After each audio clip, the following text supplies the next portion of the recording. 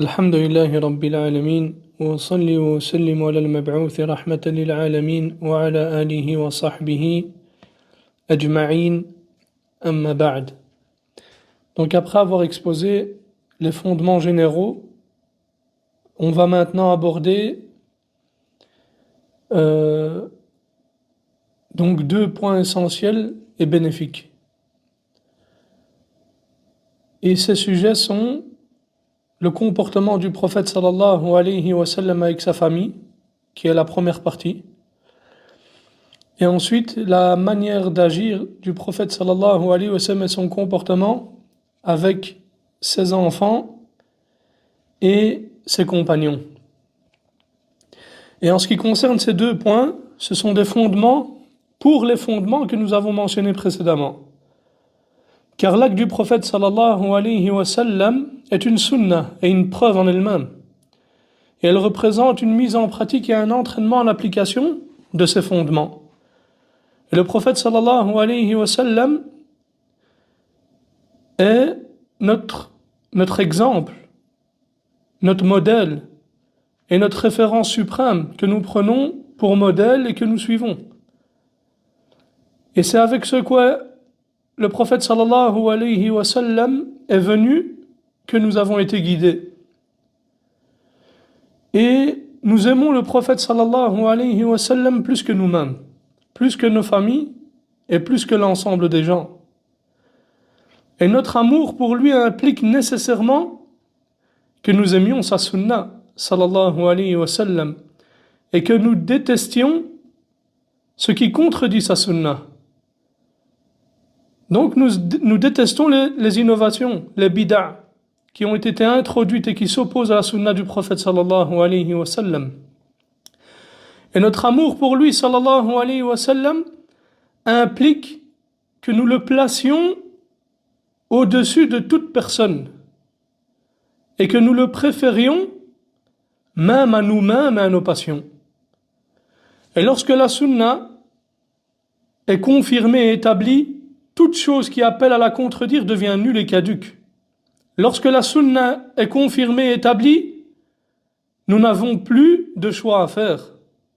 Lorsque la sunna est confirmée et établie, nos âmes s'apaisent. Lorsque la sunna est confirmée et établie, nos passions reculent. La sunna est prioritaire pour le croyant.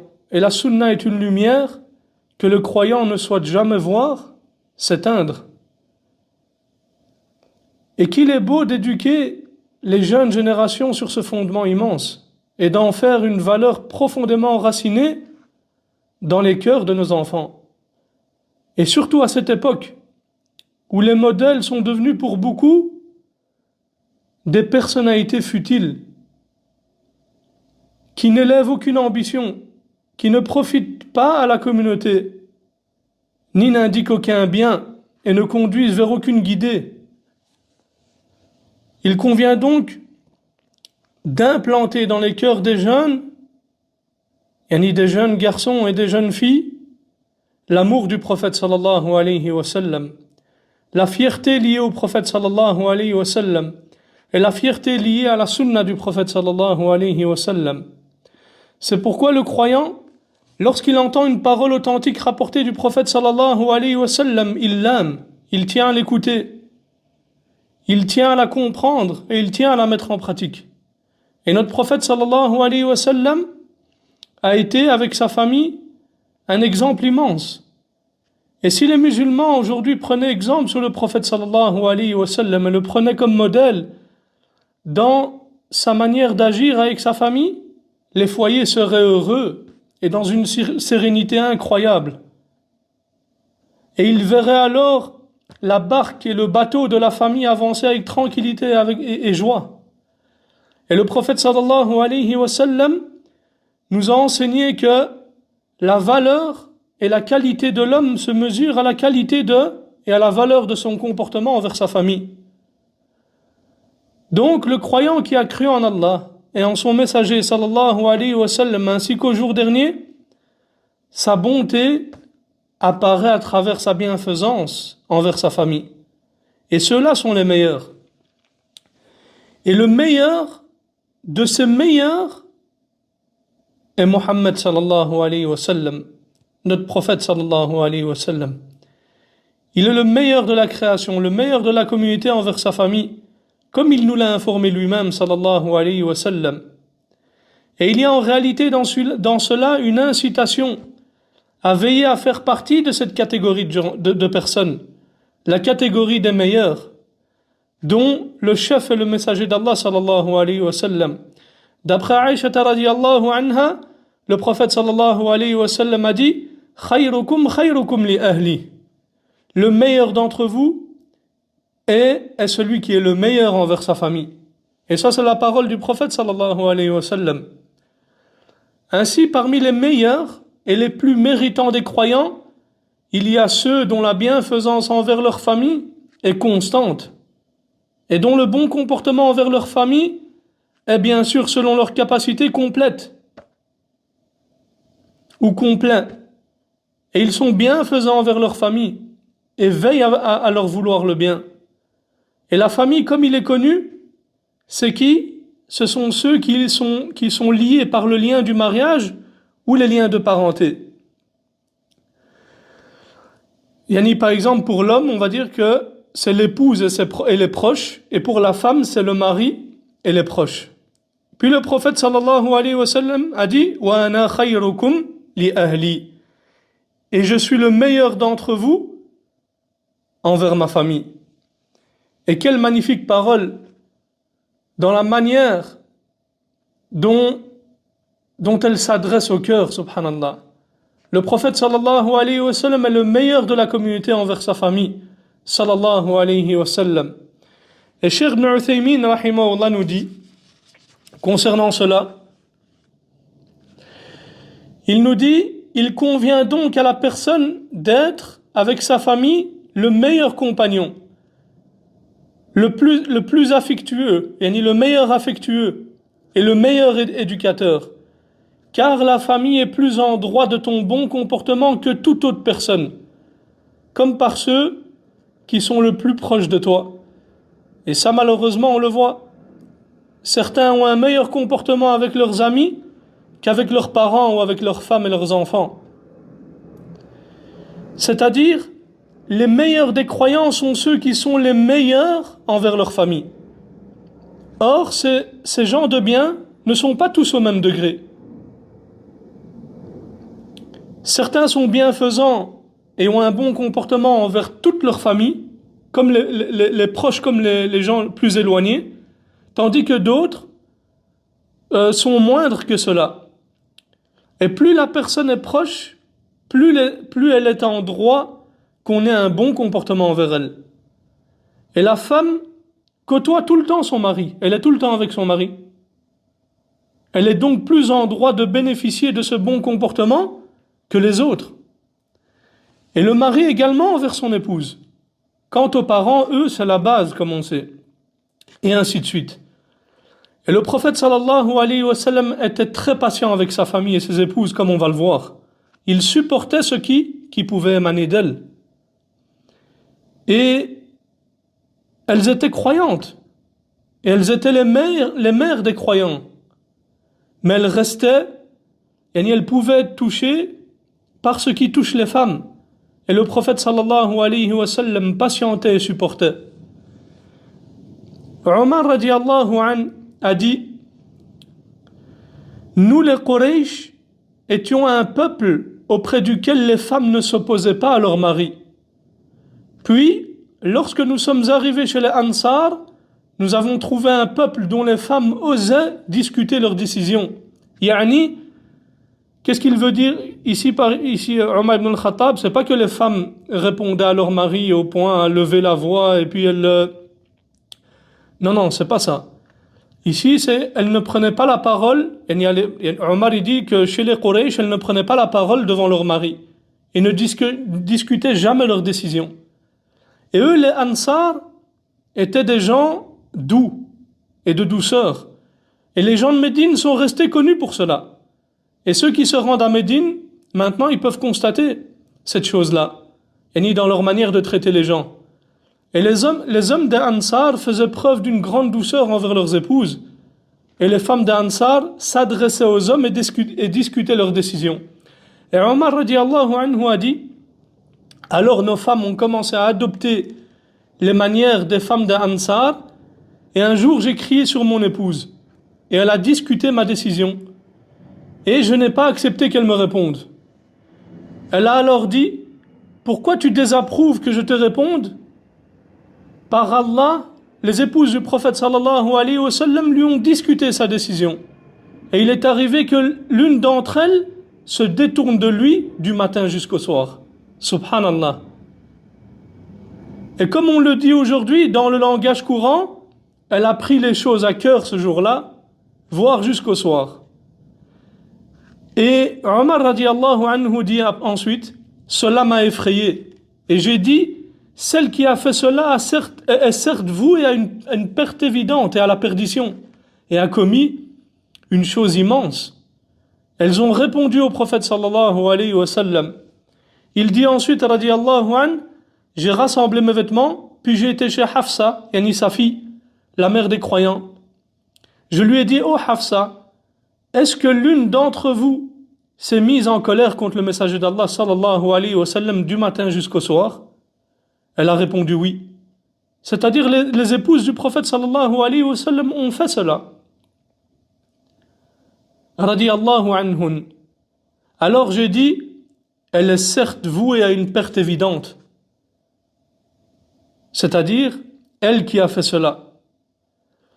Te sens-tu à l'abri qu'Allah se mette en colère contre toi, qu'Allah ne se mette en colère contre toi à cause de la colère de son messager sallallahu alayhi wa sallam, et que tu sois voué à la perdition? Ça c'est ce que Omar radiallahu anhu dit à sa fille. Ne demande pas trop au messager d'Allah sallallahu alayhi wa sallam, ne lui réponds pas et ne te détourne pas de lui. Demande-moi ce que tu veux. Allahu Akbar. C'est-à-dire, demande-moi ce que tu veux au lieu de le demander au messager d'Allah sallallahu alayhi wa sallam. Je te donne mes biens, mais ne mets pas le prophète sallallahu alayhi wa sallam en colère. Car en réalité, Omar a compris, radiallahu anhu, que leur mécontentement n'est porté que sur des questions matérielles. Or, le prophète sallallahu alayhi wa sallam était le plus généreux des gens. Il n'a rien laissé dans sa maison. Puis il a dit, radiallahu anhu, ne sois pas trompé par le fait que ta voisine soit plus belle que toi et plus aimée du prophète sallallahu alayhi wa sallam que toi. Et Omar radiallahu anhu sous-entendait ici Aïcha radiallahu anha. C'est-à-dire les gens savaient que le prophète sallallahu alayhi wa sallam préférait Aïcha radiallahu anha tout en étant alors qu'il était parfaitement équitable entre elles, entre ses épouses sallallahu alayhi wa sallam. Donc Omar a dit à sa fille Hafsa radiallahu anhum que le fait que tu vois que le prophète sallallahu alayhi wa sallam aime plus Aïcha ne fasse pas en sorte que tu mettes en colère le prophète sallallahu alayhi wa sallam. Et Ibn Battal a dit ici, rahimahullah, At-Tabari, rahimahullah, a dit, cela constitue une preuve évidente que ce qui est meilleur pour la personne, c'est de patienter face aux torts et aux préjudices de sa famille, de fermer les yeux et de faire preuve d'indulgence quant à ce qu'elle subit de la part et de leur part comme désagréments et préjudices dans ce qui concerne sa propre personne et non dans ce qui concerne le droit d'Allah tabaraka wa ta'ala. C'est-à-dire ce qui touche à la religion. Et ce qui touche ta propre personne, ferme les yeux, patiente. Mais quand ça touche la religion d'Allah tabaraka wa ta'ala, alors non, ça c'est autre chose. Donc à ce moment-là, si ça touche la religion d'Allah, la personne se met en colère pour la religion d'Allah. Quant à ce qui la concerne personnellement, elle est indulgente, pardonne et patiente, et ferme les yeux. Et cela du fait de ce qu'a évoqué Omar radiallahu anhu au sujet du messager d'Allah sallallahu alayhi wa sallam. Sa patience face à ce qui pouvait provenir et émaner de ses épouses comme tort à son encontre. Leur nuisance envers lui et le fait qu'elle se détournait de lui, du matin jusqu'au soir des fois. Et il n'a pas été rapporté du messager d'Allah sallallahu alayhi wa sallam qu'il les ait punis pour cela. Au contraire, il a été mentionné que c'est Omar radiallahu anhu qui les a exhortés à ce sujet et non le messager d'Allah sallallahu alayhi wa sallam. Et conformément à ce que Omar radiallahu anhu a mentionné du comportement du messager d'Allah sallallahu alayhi wa sallam, les ahadiths et les athars et les récits à ce sujet se sont succédés. Et c'est vers un comportement semblable qu'il a exhorté sa communauté sallallahu alayhi wa sallam. Et Hisham ibn Urwa a rapporté d'après son père, d'après Abdillah ibn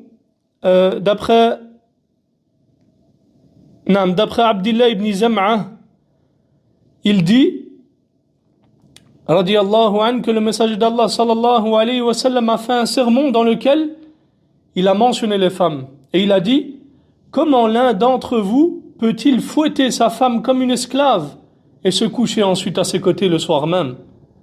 Et il y a dans cela une incitation adressée pour la communauté à la patience. Et ceci est un exemple de la patience du prophète sallallahu alayhi wa sallam face à ce qui pouvait émaner de ses épouses. Et ce, en raison de la nature humaine. Comme je vous ai dit dans les cours précédents, c'est que la femme, c'est pas un robot. Il peut émaner d'elle des choses. Des fois des mauvaises paroles, elle peut s'énerver. Yani, c'est un être humain.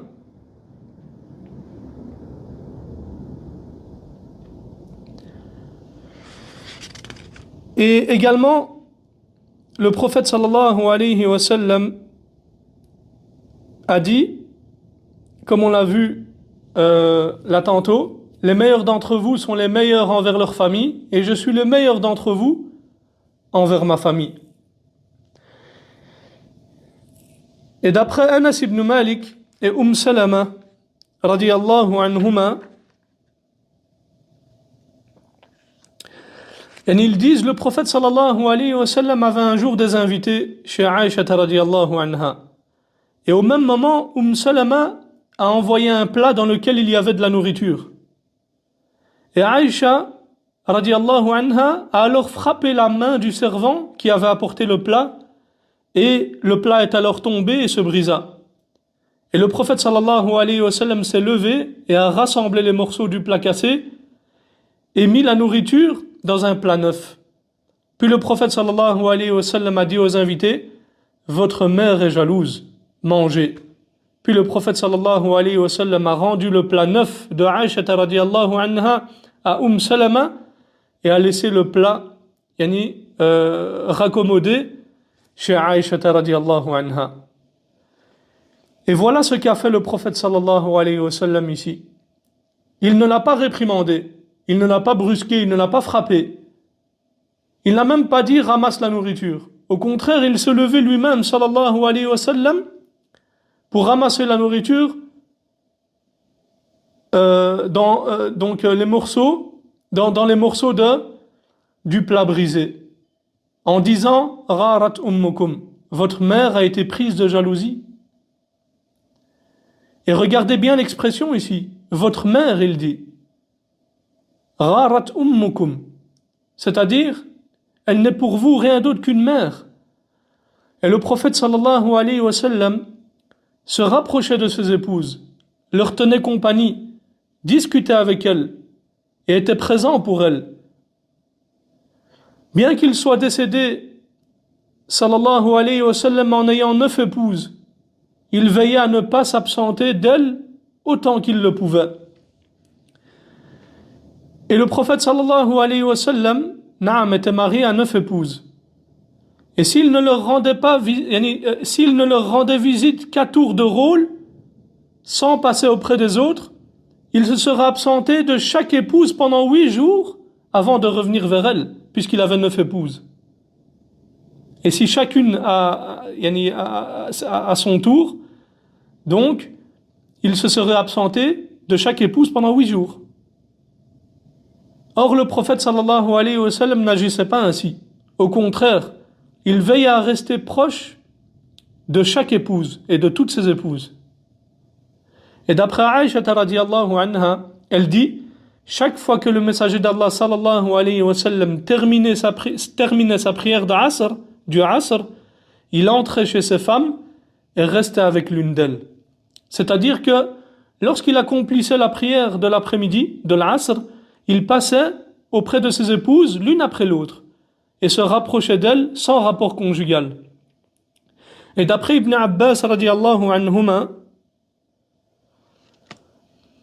il est rapporté que le prophète sallallahu alayhi wa sallam, lorsqu'il accomplissait la prière de l'aube, c'est-à-dire le Fajr, il s'asseyait dans son lieu de prière, il restait assis, et les gens s'asseyaient autour de lui jusqu'à ce que le soleil se lève. Puis il entrait chez ses épouses, l'une après l'autre, leur adressait le salam, leur passait le salam, et invoquait pour elles. Et lorsque c'était le jour de l'une d'entre elles, il s'asseyait auprès d'elle et restait avec elle. Donc ici, mes frères et sœurs, on a plusieurs hadiths.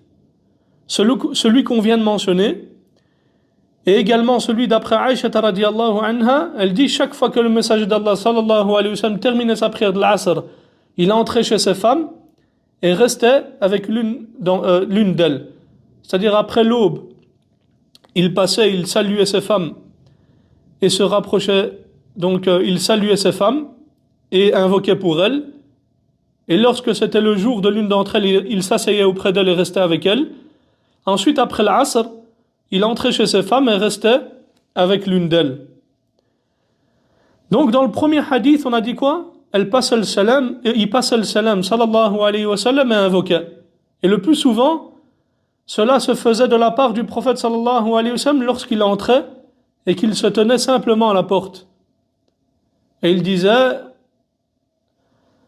sallallahu alayhi wa sallam, il leur passait le salam et disait assalamu alaykum ahl al-bayt wa rahmatullahi wa barakatuh. Allahumma barik li ahl al-bayt. Allahumma barik lakum. Kif hal ahl al-bayt. Il disait ça sallallahu alayhi wa sallam. Et elle répondait à cela, et puis il demandait comment vont les gens de la maison. Et puis il repartait sallallahu alayhi wa sallam. Et après la prière de l'Asr, il s'asseyait, se rapprochait d'elle et leur tenait compagnie sallallahu alayhi wa sallam, sans avoir de rapports charnels. Et d'après Anas radiyallahu an, il dit, le prophète sallallahu alayhi wa sallam avait 9 épouses. Lorsqu'il répartissait son tour entre elles, il ne revenait à la première qu'au bout de 9 jours. Et elles se réunissaient chaque nuit dans la maison de celle chez qui il se rendait. Allahu Akbar. Vous vous imaginez ça à cette époque? Qu'un frère a 4 femmes et qu'elles se réunissent toutes le soir pour discuter, pour parler? La abadan. Maintenant c'est la guerre. Allahu Akbar. Et observe ici le comportement des épouses du prophète sallallahu alayhi wa sallam. Malgré leur jalousie et la présence de jalousie entre elles, elles se réunissaient dans la maison de celle où se trouvait le prophète sallallahu alayhi wa sallam ce jour-là et cette nuit-là.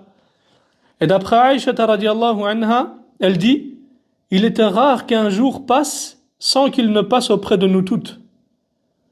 Il entrait chez chacune de ses épouses, l'une après l'autre, et se rapprochait de chaque femme sans contact charnel, et ni sans rapport charnel, jusqu'à parvenir à celle dont c'était le jour, puis il passait la nuit auprès d'elle, et cela a été authentifié par l'imam al-Albani, rahimahullahu ta'ala.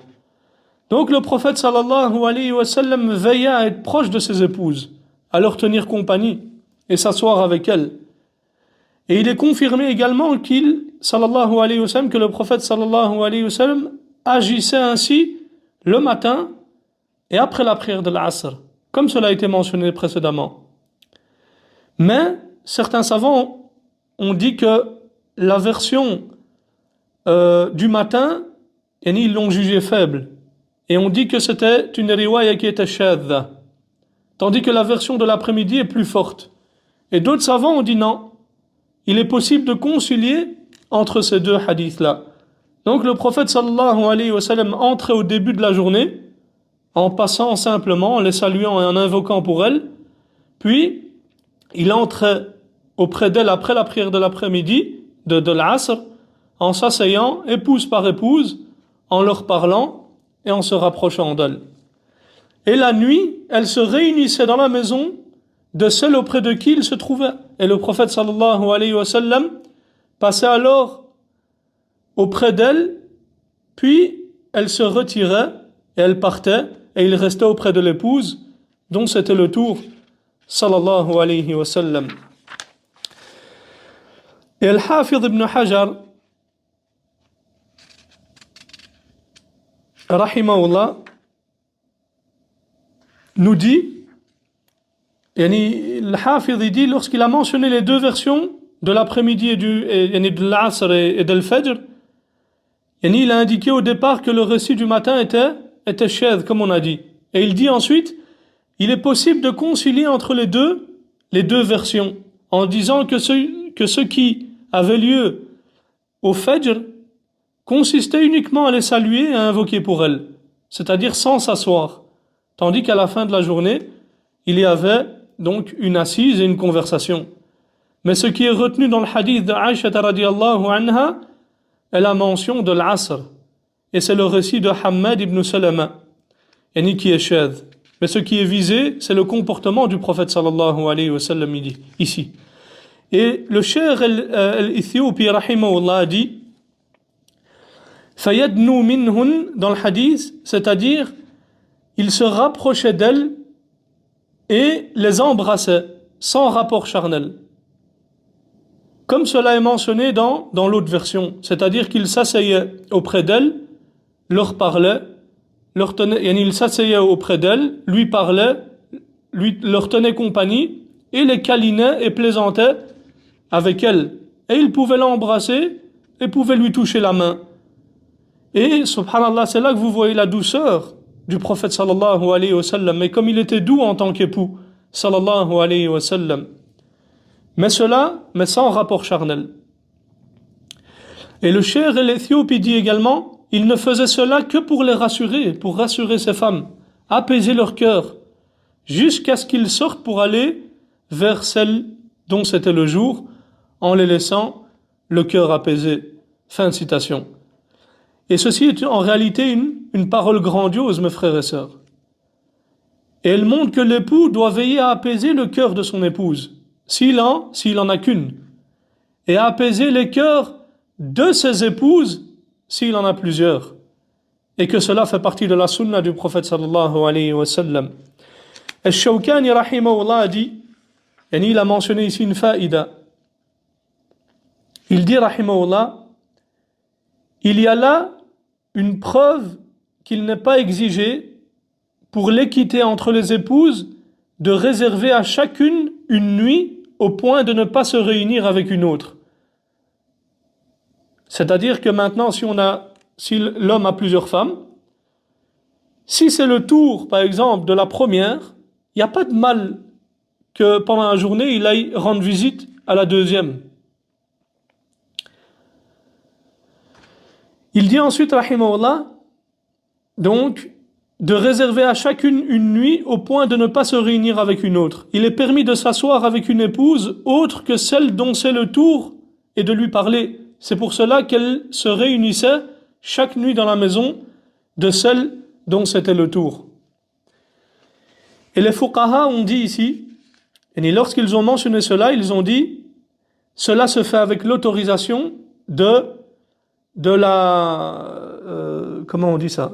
Je ne sais pas si ça se dit, mais de la maîtresse de la maison, c'est-à-dire celle à qui appartient la maison. Car celle-ci, elle a plus en droit dans sa maison. Ainsi, si les autres épouses veulent venir dans la maison de leur coépouse, elles demandent la permission. Et puis il a dit, il est également permis à l'époux d'entrer dans la maison d'une épouse autre que celle dont c'est le tour, de se rapprocher d'elle et de la toucher à l'exception du rapport conjugal. Fin de citation. Mais l'avis ici le plus juste est que le rapprochement, le contact et le contact et le câlinage, on va dire, se font durant la journée. Quant à la nuit, lorsqu'elles se réunissent, ils s'assoient avec elles, leur parlent et rapprochent les cœurs des unes des autres. Et d'autres ont dit, et certains savants ont dit, tout cela relève de, astaghfirullah. Certains disent, parmi les gens, tout cela relève de l'imaginaire et ne concerne pas les femmes de notre époque. Selon eux, les femmes d'aujourd'hui ne peuvent pas vivre de cette manière entre elles. Or, cela est faux. Et le cheikh nous dit, je connais personnellement l'un de mes cheikhs qui est marié à 3 épouses. Ils vivent dans un même immeuble, chacune a son appartement, mais la majeure partie du temps, elles sont ensemble. Le déjeuner et le dîner se font ensemble. Et ils ne se séparent qu'au moment de la nuit. Le problème ici, c'est que beaucoup d'époux sont eux-mêmes la cause de l'éloignement entre les épouses. Et ça, c'est aussi un gros problème. Et parmi les comportements empreints de bienveillance du prophète sallallahu alayhi wa sallam dans ce sujet, il y a le fait qu'il agit de cette manière le soir où il a marié une nouvelle épouse. Et rien de cela ne l'a détourné sallallahu alayhi wa sallam de passer auprès de ses autres épouses. Et d'après Anas radiyallahu anhu, lorsque le prophète sallallahu alayhi wa sallam a consommé le mariage avec Zaynab bint Jahsh radiyallahu anha, il a invité les gens à un repas qui était composé de pain et de viande. Puis il a rendu visite aux mères des croyants comme il le faisait à chaque lendemain de noces. Il les saluait et invoquait pour elles. Il invoquait Allah tabaraka wa ta'ala pour elles. Et elle le saluait et invoquait Allah tabaraka wa ta'ala pour lui. Et cette femme Aïcha radiyallahu anha, notre mère, était une femme, subhanallah, qui était très jalouse. Et elle éprouvait une grande jalousie pour le prophète sallallahu alayhi wa sallam. Et celle-ci a pourtant dit, radiyallahu anha, comment va ta famille? Qu'Allah te bénisse.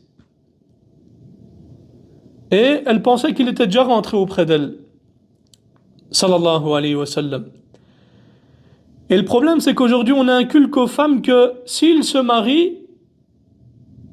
leur mari se marie avec une deuxième femme, elles doivent invoquer contre lui et contre sa famille, subhanallah al-azim. Et Allah tabaraka wa ta'ala est celui dont on implore l'aide. Et subhanallah, où sont nos sœurs également du comportement de leur mère Aïcha radiyallahu anha? Il dit ensuite Anas radiyallahu anhu, le prophète sallallahu alayhi wa sallam est passé par les demeures de toutes ses épouses, leur disant ce qu'il avait dit à Aïcha radiyallahu anha. Donc il les a saluées et invoquées pour elle. Et celles-ci lui ont dit ce qu'a dit Aïcha radiyallahu anha. Et puis le prophète sallallahu alayhi wa sallam est revenu. Et Al-Qurtubi rahimahullah nous dit ici, il faisait le tour des demeures de ses épouses pour prendre des nouvelles d'elles, pour apaiser leur cœur et rechercher ce qu'elles ressentaient intérieurement en raison de son mariage. C'est pour cela qu'elles l'ont accueilli avec bienveillance par leurs paroles. Comment va ta famille, ô messager d'Allah? Comment as-tu trouvé ta famille, ô messager d'Allah?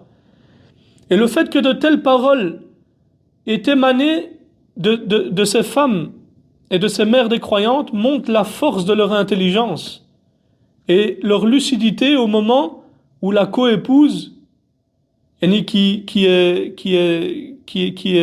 nouvelle et qui est nouvellement entrée commençait à partager avec elle le prophète sallallahu alayhi wa sallam, ainsi que leur patience et la qualité de leur comportement et la vertu de leur comportement. Et elles sont le modèle pour les femmes des croyants, car elles sont leurs mères.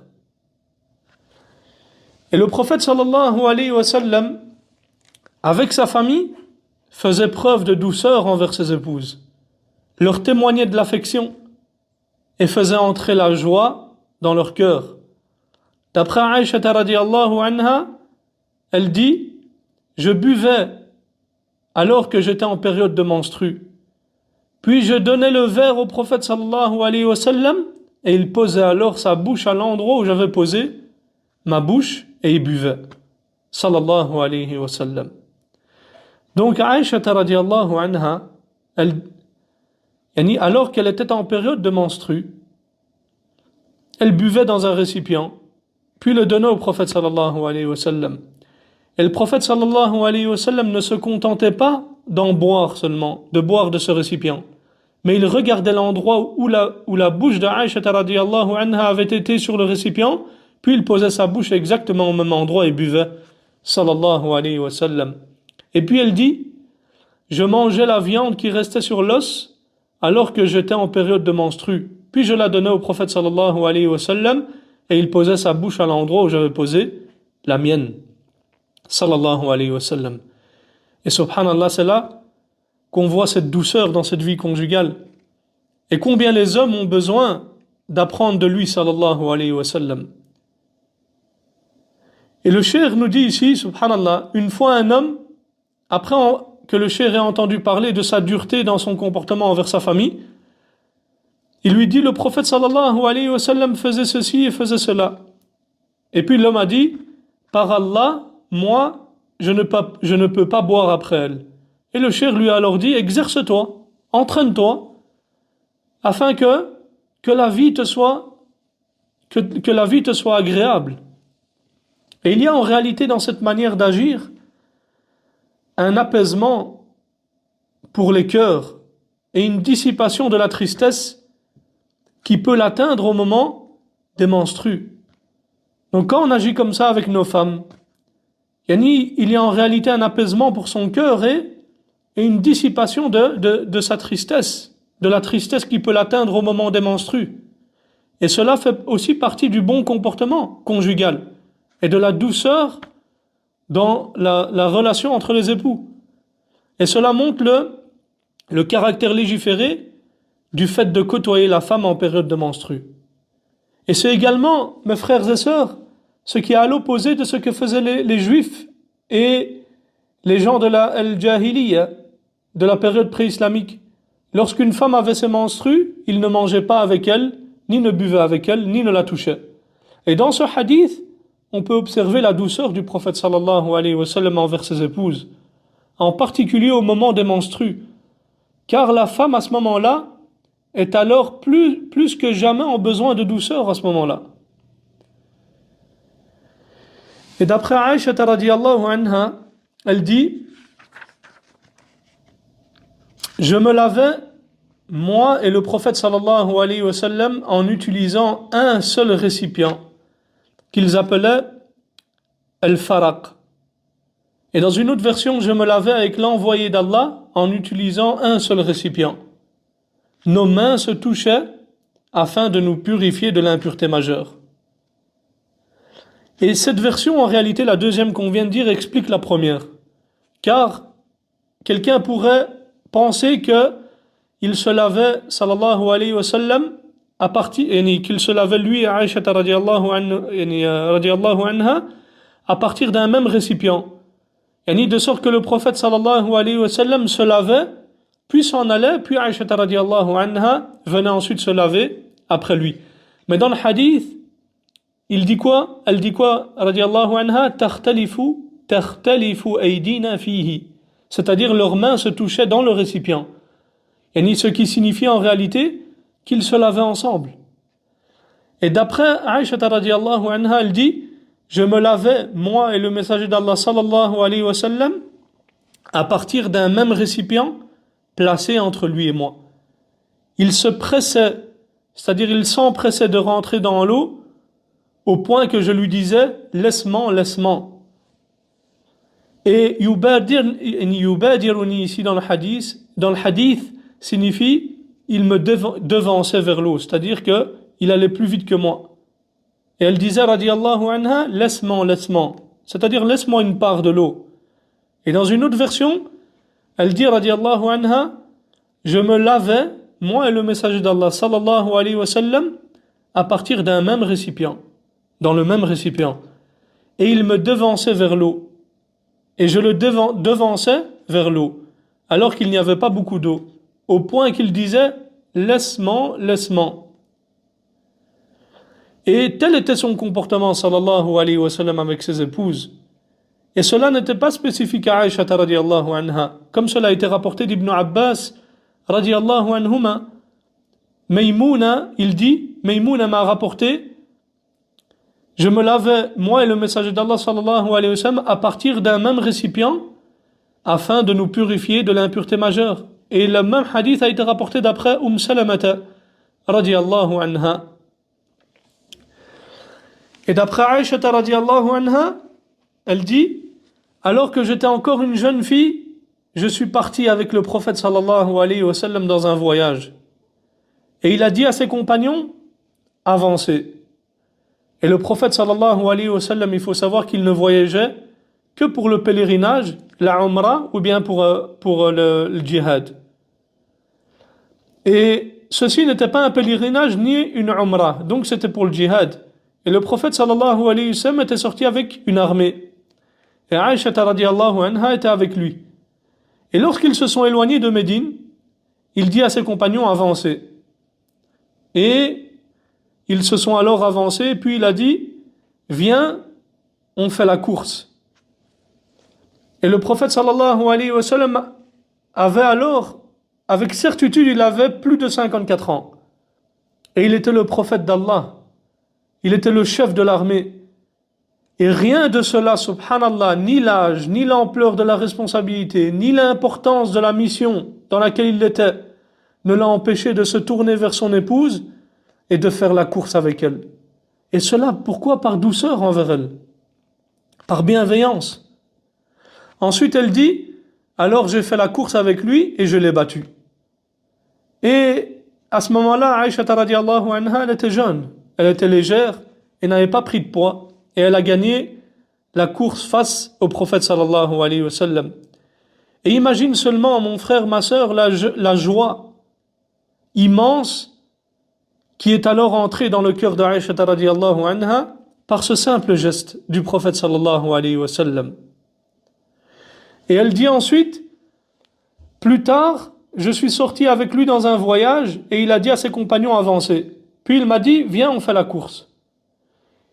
Et elle dit, j'avais oublié ce qu'il s'était passé précédemment. Et à ce moment-là, j'avais pris du poids. Elle dit, radiallahu anha. Et j'ai dit, comment pourrais-je faire la course avec toi, ô messager d'Allah, alors que je suis dans cet état? Et le prophète sallallahu alayhi wa sallam a alors dit, certes, on va faire la course. Alors j'ai fait la course avec lui et il m'a battu. Elle dit, radiallahu anha. Allahu Akbar. Et wallahi, quand vous voyez ça, on voit une image pleine de douceur. Et quelle, subhanallah, marque de tendresse de la part du prophète sallallahu alayhi wa sallam envers Aïcha radiallahu anha, envers son épouse. Et imaginez simplement le prophète sallallahu alayhi wa sallam en train de courir, et Aïcha radiallahu anha courait à ses côtés. Et elle dit ensuite, il a rigolé sallallahu alayhi wa sallam et dit, cette fois-ci, c'est pour l'autre fois où tu m'as battu. Et cela montre que fait partie de la bonne vie conjugale, quel que soit l'âge de la personne et quelle que soit la nature de son occupation. Le fait de plaisanter avec sa famille. Et il est donc beau que la personne s'éloigne vers des endroits à l'écart des gens et dise à son épouse, viens, on fait la course. Et ceci est l'acte du prophète sallallahu alayhi wa sallam. Et wallahi, cela relève de la bonne moralité. Et wallahi, que cela ne porte pas atteinte aux mœurs, ni à la bonne moralité. C'est le prophète sallallahu alayhi wa sallam qui l'a fait. Et il a été rapporté d'An-Nu'man ibn Bashir radiallahu anhuma qu'il dit, Abu Bakr est venu demander l'autorisation d'entrer auprès du prophète sallallahu alayhi wa sallam. Et il a entendu Aïcha levé la voix devant le messager d'Allah sallallahu alayhi wa sallam. Et le prophète sallallahu alayhi wa sallam lui a alors donné l'autorisation d'entrer. Et il est entré en disant: Ô fille d'Umrumman, et il s'avançait vers elle, vers sa fille, Aïcha, pour la corriger. Et il dit: élèves-tu la voix devant le messager d'Allah sallallahu alayhi wa sallam? Et le prophète sallallahu alayhi wa sallam s'est alors interposé et mis entre lui et elle. Et lorsque Abu Bakr est sorti, le prophète sallallahu alayhi wa sallam s'est mis à apaiser Aïcha radiyallahu anha en lui disant: ne vois-tu pas que je me suis interposé, je me suis mis entre toi et ton père? Puis Abu Bakr est revenu radiyallahu anhu et a demandé l'autorisation d'entrer. Et il les trouva, subhanallah, en train de rire. Et lors de la première fois, il avait trouvé Aïcha radiyallahu anha en train d'élever la voix. Et lorsqu'il est revenu, il les a trouvés en train de rire. Et il dit, radiyallahu anhu, après que le prophète sallallahu alayhi wa sallam lui a donné l'autorisation de rentrer, Abu Bakr radiyallahu anhu dit: ô messager d'Allah, laissez-moi participer à votre réconciliation comme vous m'avez fait participer à votre différend. Allahu Akbar. Et d'après Aïcha radiyallahu anha, elle dit: le prophète sallallahu alayhi wa sallam était chez elle durant sa nuit. Puis il est sorti sallallahu alayhi wa sallam. Et elle dit ensuite: j'ai alors été prise de jalousie à son égard. Et elle dit, radiyallahu anha, il est revenu et vu ce que je faisais. C'est-à-dire qu'il a vu sur le visage de Aïcha radiyallahu anha qu'elle était jalouse. Il a vu son visage rougir. Et elle se levait et s'asseyait, elle se levait, elle s'asseyait. Et il a vu donc qu'elle a été prise de jalousie. Et il dit sallallahu alayhi wa sallam à Aïcha radiyallahu anha: es-tu jalouse parce que je suis sorti la nuit? Et Aïcha alors a répondu: et pourquoi une femme comme moi ne serait-elle pas jalouse d'un homme comme toi? Alors le prophète sallallahu alayhi wa sallam a dit: ton shaytan s'est-il présenté à toi? Et ton shaytan est venu à toi? C'est-à-dire, le diable t'est venu lorsque je suis sorti? Et observe ici, subhanallah, la douceur de l'expression. Alors que cette expression comporte en réalité un avertissement. Car lorsque la femme est prise de jalousie, le diable intervient directement. Et elle dit: ô messager d'Allah, y a-t-il un shaitan à mes côtés, avec moi? Comme si elle disait: moi, ton épouse, il y a un shaitan à côté de moi? Il dit: oui, sallallahu alayhi wa sallam. Et elle dit: et toi, y en a-t-il un avec toi? Et il dit, sallallahu alayhi wa sallam: oui, mais mon Seigneur m'a aidé contre lui jusqu'à ce qu'il se soumette. Yani hatta aslam. Et certains savants ont dit, concernant cette ibara ici, jusqu'à ce qu'il se soumette, ils ont dit jusqu'à je sois préservé de lui. Et d'autres savants ont dit non, jusqu'à ce qu'il se soumette. Et ceci fait partie en réalité des spécificités du prophète sallallahu alayhi wa sallam. Yani que ces démons, que le shaitan, le démon s'est soumis. Et d'après Aïcha radiyallahu anha, elle dit: j'ai cherché le messager d'Allah sallallahu alayhi wa sallam, alors qu'ils étaient dans le lit. J'ai donc tendu ma main, et je l'ai passé dans ses cheveux. C'est-à-dire que le prophète sallallahu alayhi wa sallam dormait auprès d'elle et la chambre était sombre, c'est-à-dire qu'elle ne voyait pas. Et elle voulait savoir s'il était bien là ou s'il était sorti. Elle a donc tendu la main jusqu'à passer sa main dans ses cheveux afin de s'assurer qu'il était présent. Radiyallahu anha. Et le prophète sallallahu alayhi wa sallam lui a alors dit: ton démon t'est-il venu? Ton diable t'est-il venu?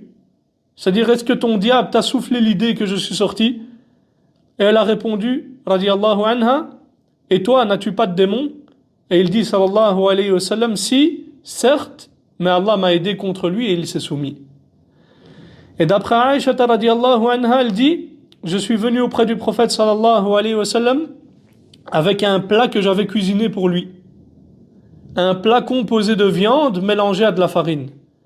Et Saouda radiallahu anha se trouvait dans la maison de Aïcha radiallahu anha.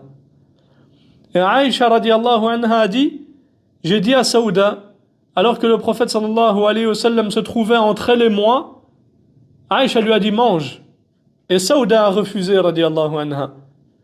Aïcha a alors dit, tu mangeras ou bien je t'enduirai le visage. C'est-à-dire je mettrai cette nourriture sur ton visage. Et elle a refusé. Elle dit à Aïcha radiallahu anha, alors j'ai mis ma main dans le plat et je lui ai enduit le visage. Et le prophète sallallahu alayhi wa sallam a commencé à rigoler. Il a alors déplacé sa cuisse du côté de Aïcha et il a pris un peu de nourriture et il l'a mise dans la main de Saouda radiallahu anha. Puis, il a dit à Saouda, enduis-lui le visage également.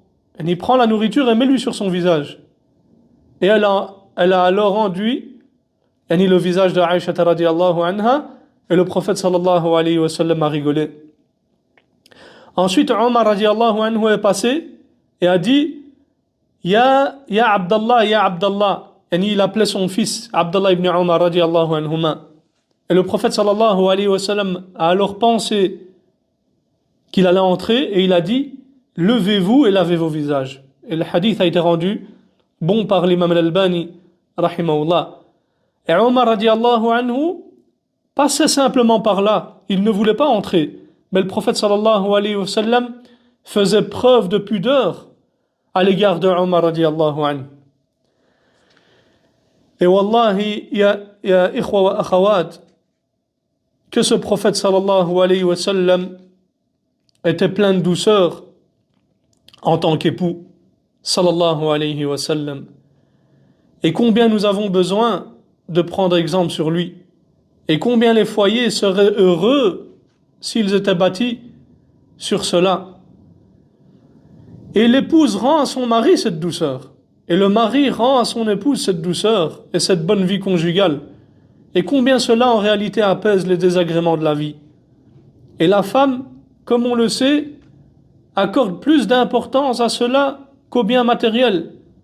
Et il incombe donc aux croyants et aux croyantes d'apprendre la sunna du prophète sallallahu alayhi wa sallam et de connaître la manière dont il se comportait avec sa famille.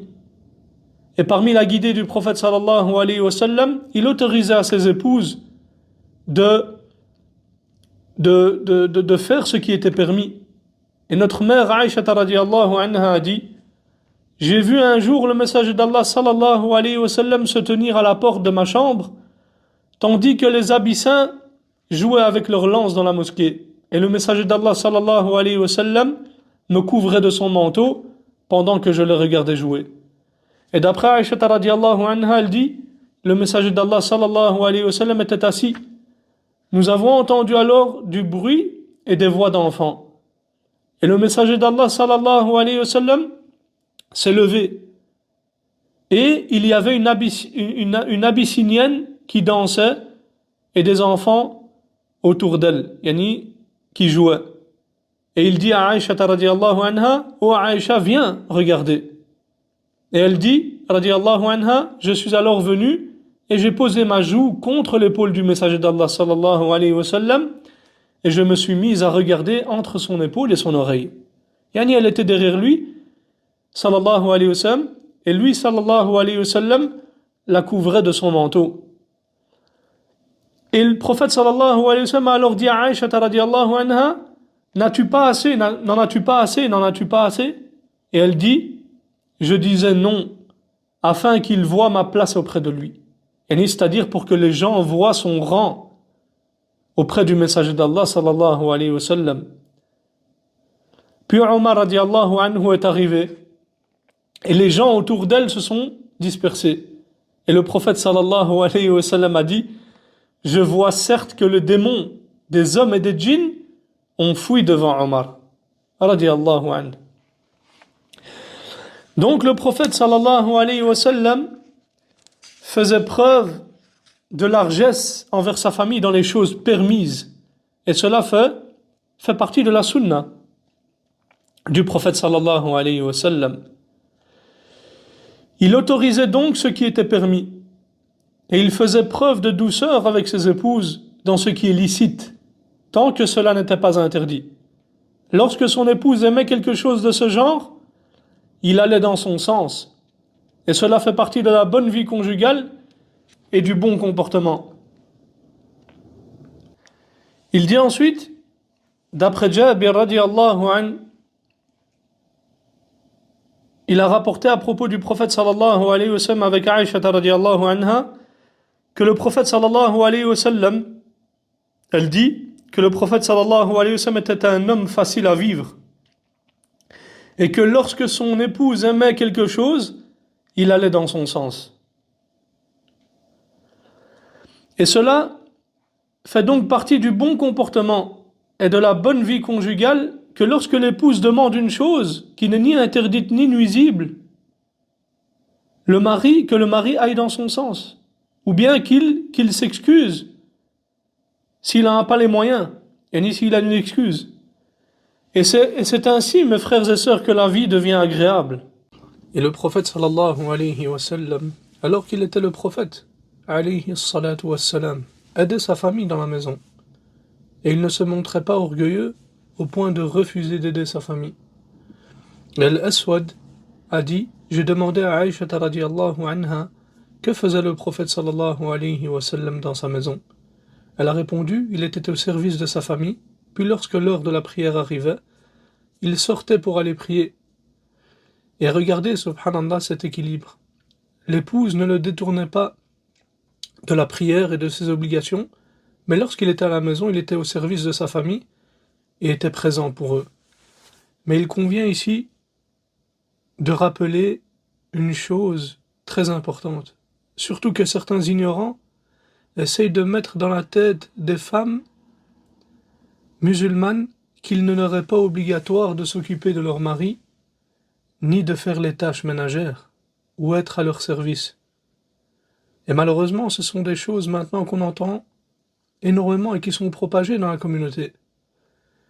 Et wallahi, je ne pense pas qu'une femme qui craint Allah tabaraka wa ta'ala laisserait son mari faire ces tâches-là, et le regarderait faire. Naam. Si la femme est occupée avec les enfants ou autres et n'a pas le temps, il est bon que l'homme l'aide dans certaines tâches, et cela fait partie de l'ihsan, de la bienfaisance. Mais il faut savoir qu'il y a un juste milieu en chaque chose. C'est-à-dire qu'il n'y a aucun mal, au contraire que l'homme aide sa femme à certaines tâches dans le foyer, et qu'il soit actif quand il est à la maison. Mais que ça ne doit pas amener à un changement de rôle, comme c'est le cas dans de nombreux foyers aujourd'hui. Et malheureusement, c'est quelque chose qu'on constate, et c'est une cause de divorce. C'est que les rôles changent. Mais que des sœurs viennent et mettent comme condition, lors de la khitba par exemple, que l'homme l'aide dans les tâches ménagères, qu'il doit faire la vaisselle par exemple, elle lui impose cela, elle le met comme condition, alors ce sont des choses qu'on n'a jamais vues ni entendues, qu'Allah tabaraka wa ta'ala nous en préserve. Et Allahu a'lam, si cela ne fait pas partie du stratagème des féministes de mettre cela dans la tête de nos sœurs. D'ailleurs, lorsqu'un frère a appelé Cheikh Luhaydan et lui a dit « Un prédicateur koweïtien dit que le fait que la femme soit au service de son mari n'est pas obligatoire. » Qu'est-ce qu'il a répondu le Cheikh rahimahullah? Il dit qu'il demande alors à sa grand-mère ce qu'elle pense de sa fatwa. Subhanallah, regardez, parce que cela n'est pas connu chez nous. Et Cheikh dit ensuite, c'est une fatwa corrompue qui n'a aucune valeur. C'est pour cela que Cheikh Ubaid, rahimahullah ta'ala, a dit concernant ce hadith contient deux bénéfices. Le premier, c'est la permission à l'homme d'être au service de sa famille, et il n'y a aucune gêne à cela. Et les gens de science ont certes dit qu'il n'y avait aucune humiliation pour l'homme dans cela. Et il dit ensuite, rahimahullah, il y a parmi les tâches ménagères ce qui est spécifique à la femme, et même la femme trouverait insupportable et n'accepterait pas que l'homme s'en occupe. Comme certains nettoyages ou tâches de ce qui est utilisé par la femme et les enfants. Si l'homme faisait cela, il y aurait en cela une humiliation et un rabaissement pour l'homme. Or la femme sage, intelligente, douée de raison, ne tolérerait pas que son mari fasse cela. Mais il fait plutôt les choses qui sont pénibles pour la femme. Comme arranger les ampoules, arranger ce qui est cassé, changer la bonbonne de gaz et autres. Fin de la parole du cheikh. Ainsi, même si c'est majoritairement la femme qui accomplit les tâches dans le foyer, c'est majoritairement l'homme qui les accomplit à l'extérieur. Par exemple, c'est l'homme qui, en plus de devoir chercher la subsistance pour sa famille, s'occupe des réparations du véhicule, par exemple, de tondre la pelouse, de sortir les poubelles et autres. Et personne ne voit un rabaissement pour lui dans le fait de faire cela. Donc de la même façon, il n'y a pas de rabaissement, ni au contraire, que ce soit la femme qui accomplisse majoritairement les tâches à l'intérieur du foyer. Quant au fait de mettre comme condition, lors de la khitba, que l'homme doit faire la vaisselle, laver le linge, wallahi, on n'a jamais entendu cela auparavant, si ce n'est chez celles qui ont été polluées par cette idéologie destructrice qu'est le féminisme, ou que certaines sœurs se plaignent parce que leur mari ne fait pas la vaisselle ou ne range pas son assiette. La ilaha illallah. Et wallahi, mes frères et sœurs, ce sont des choses qu'on a déjà entendues. Et qu'Allah tabaraka wa ta'ala préserve nos femmes et nos filles de cette idéologie corrompue et destructrice. Et d'après Aïcha radiallahu anha, on lui demanda que faisait le messager d'Allah sallallahu alayhi wa sallam dans sa maison. Elle a répondu, il était un être humain comme les autres. Il nettoyait son vêtement, trayait sa brebis et s'occupait lui-même de ses affaires. Et Urwa radiallahu anhu a dit, j'ai dit à Aïcha, ô mère des croyants, que faisait le messager d'Allah sallallahu alayhi wa sallam lorsqu'il était chez toi? Elle a répondu radiallahu anha, il faisait ce que chacun de vous fait dans les tâches de sa famille. Il réparait sa sandale, cousait son vêtement et rapiéçait son seau. Et Ibn Battal, rahimahullah, a dit, Al-Muhallab a dit, cela fait partie des choses qu'il faisait par modestie, et cela constitue une sunna pour sa communauté.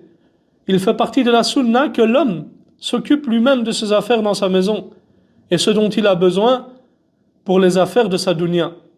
Et Ibn Hajar rahimahullah a dit, et dans la version rapportée par Haritha ibn Abi Rijal, d'après Amrah, d'après Aïcha radiallahu anha, il est rapporté qu'elle a dit, il était le plus doux des gens et le plus généreux des gens.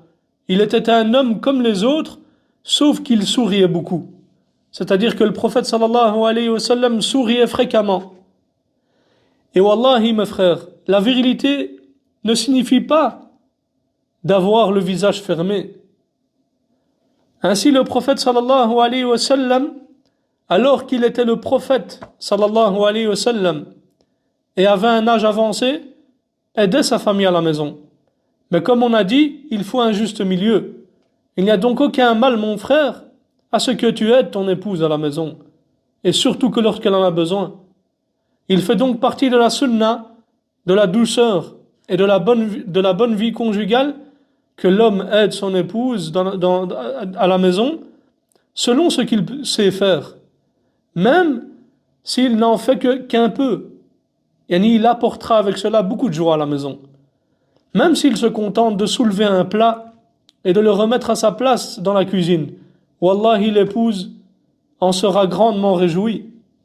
Et le prophète sallallahu alayhi wa sallam exprimait clairement son amour pour Aïcha radiallahu anha et mentionnait son nom. Et Amr ibn al-As radiallahu anhu a rapporté que le prophète sallallahu alayhi wa sallam l'avait envoyé à la tête d'une expédition. Et il dit, je suis venu alors à lui et je lui ai demandé, qui est la personne que tu aimes le plus? Il a répondu, sallallahu alayhi wa sallam, Aïcha radiallahu anha. Je dis alors, et parmi les hommes, il a répondu son père, radiallahu anhu. Sallallahu alayhi wa sallam. Il n'a pas dit Abu Bakr. et ni par délicatesse de sa part, sallallahu alayhi wa sallam, et afin d'entrer de la joie dans le cœur de Aïcha radiallahu anha. Et il dit ensuite, radiallahu anha, puis qui? Il a répondu, puis Omar ibn al-Khattab, radiallahu anha, et puis il a cité d'autres hommes, sallallahu alayhi wa sallam. Et wallahi, certains hommes sont avares envers leurs épouses d'un mot d'affection, de douceur et d'amour, et à plus forte raison, en dehors de la maison.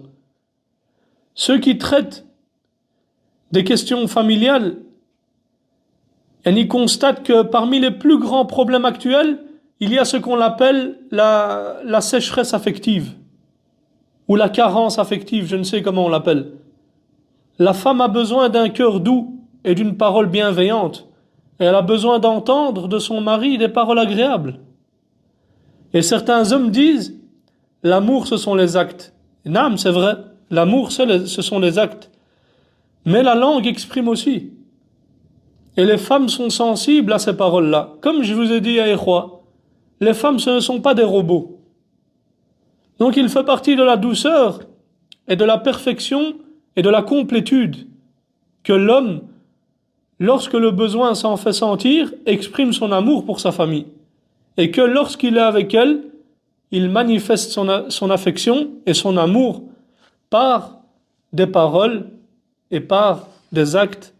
هذا وصلى الله على نبينا محمد وعلى آله وصحبه وسلم.